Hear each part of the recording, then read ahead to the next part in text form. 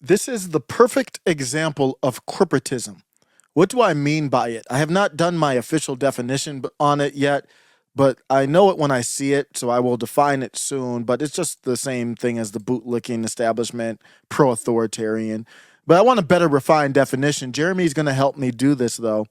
Jeremy Boring of the Daily Wire says people who deny the moon landing or suggest America is evil for its use of atomic weapons against Imperial Japan, or who say that George Bush was behind 9/11, actually hate this country. There's a lot to unpack here. 2024 is the year of us learning and finding out so much about each other that we realize that we might not be for each other. This is kind of like 2024 is where we are in America. It's kind of like the fifth date. It's the fifth date where you're like, I thought this was going to be going in a better direction. It's not. And maybe it's not for us. Maybe I need to find somebody else. Are you liking what you're seeing from the Daily Wire lately? Is this inspiring to you? If you deny the moon landing, you hate the country. I replied to Jeremy Boring and I said, do you think this helps instill trust in the Daily Wire or hurts public trust in the Daily Wire? We can't question the moon landing now. The moon landing there's a lot of questions there. And deny it, you can have your belief or not. Nobody can really prove if we were there or not. Literally, you can't. But I don't want to get into the details of this, but you see what he's really saying. This is the follow-up to the Ben Shapiro rant.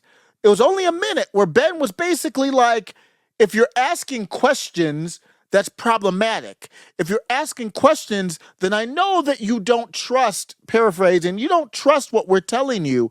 We are the authority. We are the authority of truth. What we say is truth, and if you question us, you are against truth. That's not a man of faith. A man of faith doesn't do that. A man of faith doesn't say stuff like this. I hate our country because what is the George Bush behind 9/11 theory? I don't know. I don't even know what that theory is. I do know there's a theory about a certain building with the number 7. I do know there's a theory about a country that I'm not going to name in this video because it's not about that country, but everything always goes back to that country that is involved. I know about that theory. Look at how Jeremy Boring twists this argument too, because he knows it's a bad argument. So look how he twists this. Just completely dishonestly reframing it. So somebody replied to Jeremy Boring and said, wait, this is Edward Zoll. I don't even know who that is. But respect to Jeremy Boring for replying to Edward Zoll. Edward Zoll replied and said, wait, Jeremy. So there it is. Jeremy and Daily Wire just insulted the core of their base, who ardently believe unliving babies with nukes is immoral. Are we debating this? Why are we debating this? I don't know what's going on. This is 2024 is weird. We're debating whether Hiroshima and Nagasaki, unliving over 200,000 people, was a good or bad thing. Was a bad thing. It's objectively a bad thing. Objectively something we don't want to have happen. Objectively something we don't want to do. Now, he said that America's evil because of it. I'm not going to say, you have to define what that means. That was an evil act for sure. I don't think the people of America are evil, and that 9/11 was an inside job. So Jeremy Boring quote tweets that. So Jeremy Boring comes over the top, and he goes at the part where he says your base. Let's talk about your base, Jeremy. Let's talk about it. Jeremy says, wait, you believe the core of Daily Wire audience believes America was the bad guy in World War II and that 9/11 was an inside job? Laugh out loud. And he picked that part because he knew that part is right. No, that's not your base, because you've kind of fractured. Some of those people probably did subscribe and listen. I know I subscribed. I used to subscribe to Daily Wire. I did a little thing where I bought the Harry's Razors. And I still like the ad, and I'll still tell them that they do good stuff when they do good stuff. But no, that's not the core. That's not the core. The core of Daily Wire now are people who are pro that country in the GOP and anti-Trump. So basically the Ron DeSantis wing, but I don't even want to limit it to that. If you are anti-Trump and pro that country, you got a home in Daily Wire. And you don't even have to be a Democrat for that to apply. I think that goes to, I mean, there's a ton of pride. Republican, there's probably a ton of Democrats that would apply to as well. And his take was crazy though. You see what he did there with the America was the bad guy in World War II. That's not what you said at first. That wasn't the first take. The first take from Jeremy, if you remember, he said that America is evil for its use of atomic weapons against Imperial Japan. Basically, so we're saying, yeah, it's bad to unlive 200,000 innocent women, children, men, innocent people, 200,000 wiped off. If Japan had an atomic weapon, would America have used an atomic weapon? Probably not. We haven't seen one drop ever since other countries now have it. I don't even know if Japan has one now. But do you think that you would have dropped, and they're not enemies now, do you think that would have happened? No, it wouldn't have happened. But he twisted that into his, well, America wasn't the bad guy of World War II. Well, nobody said that. He just completely bastardized it. This discussion's actually coming up because of Tucker Carlson. And Tucker, there's a time to look at Tucker being right and wrong here in this comment. And you kind of have to do it by a timestamp or something because some of his comment is absolutely right and some of it is wrong.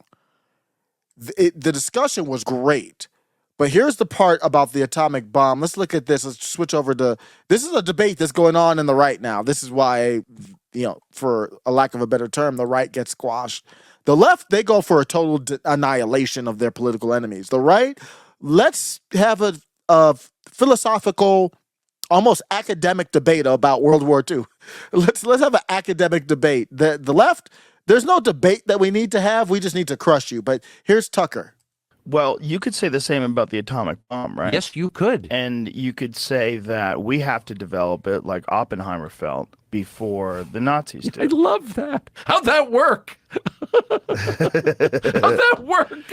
Well, I love, by the way, that people on my side, I'll just admit it, on the right, have spent the last 80 years defending. And he's not on the right. It's just, and I feel Tucker, this is not even why I'm playing the clip, but I felt Tucker's energy there because it's like, am I going to always say I'm not, what is the right? Am I really on the right? He's just like, forget it, whatever. I'm on the right. He's not right. He's not on the right. He's not a right guy. I don't know what he is, really. He's his own man. He doesn't have to be on any side, but that's just a side note. I felt that he's like, okay, whatever. He said, I'll admit it. He's not on the right. He's not admitting anything. He just basically, all right, I don't have the energy to keep qualifying my comments anymore. I'm on the right then. By the way, that people on my side, I'll just admit it, on the right, have spent the last 80 years defending dropping nuclear weapons on civilians. Like, are you joking? Yeah, that's what Jeremy Boring was doing. So now the Candace stuff, I don't know where the debate is with Candace and Ben. I want to get an update, guys. And this falls on Candace. They said they were ready to debate. Right now, I need to know where Candace is at. But now it is morphed into this sneak dissing on Tucker. So now it's Tucker versus Daily Wire. And Tucker's cool with Candace Owens and Charlie Kirk's cool with both of them. So Charlie's kind of in an awkward spot. But Charlie's not going to always be in that spot. And Charlie's going to go on the Tucker side, the Candace side, if he has to, in my opinion. But Patrick Bet-David had to go on the Candace side. Tucker, they're going after Tucker. That's what that rant was with Ben Shapiro about the questions. He was really talking about Tucker in a way. I mean, Tucker fell underneath who he could have been talking about. And that's who I think and they've been sneak dissing each other. Right. That's just like prima facie evil. Yeah. If you can't, yeah. Well, if we hadn't done that, then this, that, the other thing, that was actually a great savings. Like, no, it's wrong to drop nuclear weapons on people. Yeah. And if you find yourself arguing that it's a good thing to drop nuclear weapons on people, then you are evil. Like it's not a tough one, right? Yeah. It's not a hard call for you. It's not a hard call for me. So with that in mind, like, why would you want nuclear weapons? It's like just a mindless child. Okay, so that's where he's going off now. Well, why would you want that? Just the analogy fits perfectly. Some people don't agree with it that have been using it. The nuclear weapon to a gun. The analogy fits perfectly. Why would you want a gun? You don't want to unlive innocent people with it. You need it for protection. Countries need that armory for protection. If Japan had it back in, when were they dropped? I forgot what year those were dropped. If Japan had it, then it wouldn't have dropped from America because America would have been worried about it coming back. It wouldn't have happened.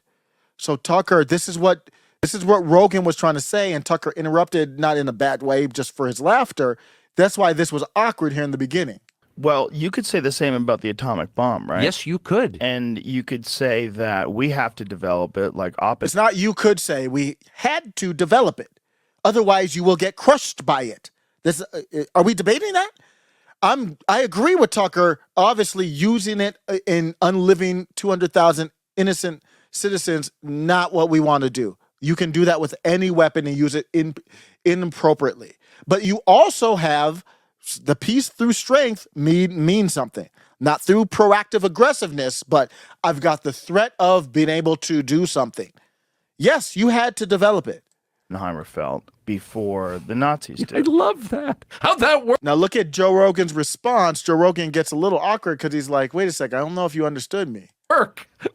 How'd that work? Yeah, I know it's bad that it was used in an inappropriate way, but if, say, Japan had it, we didn't have it. I don't know if Japan would have used it, but Germany had it and we didn't have it. How'd that work?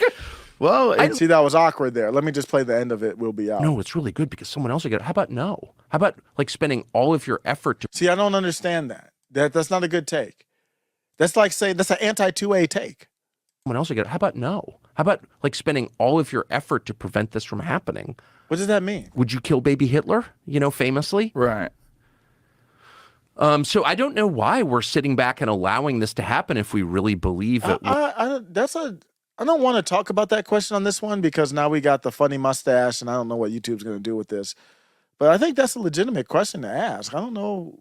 Let me just put that out to you. What do you think about this one? You could talk about the baby. You could talk about baby with the funny mustache, and then also anything about the. It's very similar to the artificial intelligence take from earlier, but tied into the bigger kind of civil war that's going on within the cultural war. We've got a fifth generational civil war, and then within the same side, there's a civil war. But I think what we're learning is that outlets like the Israeli Wire, they're not on the same side. Middle MAGA.